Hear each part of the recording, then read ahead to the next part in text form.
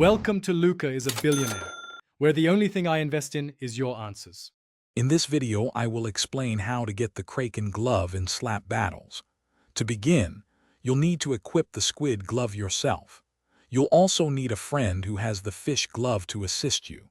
It's crucial that you both are in a public server, as this method does not work in private servers. This setup is the first step towards unlocking this powerful new glove. Once you and your friend are ready in the public arena, have your friend, equipped with the fish glove, slap you off the edge of the map. When you, as the squid glove user, are knocked into the void by the fish glove, there's a chance you'll be teleported to a special area called the Kraken Zone. This is where the real challenge begins. Inside the Kraken Zone, you'll face the Kraken boss. During the battle, watch for red cracks on the ground which indicate where the Kraken's tentacles will strike. Avoid these to prevent damage. When a tentacle gets stuck on the ship, quickly slap it to deal damage.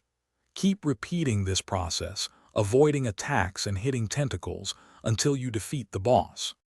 To improve your chances against the Kraken, zoom out your camera to better see incoming tentacle attacks.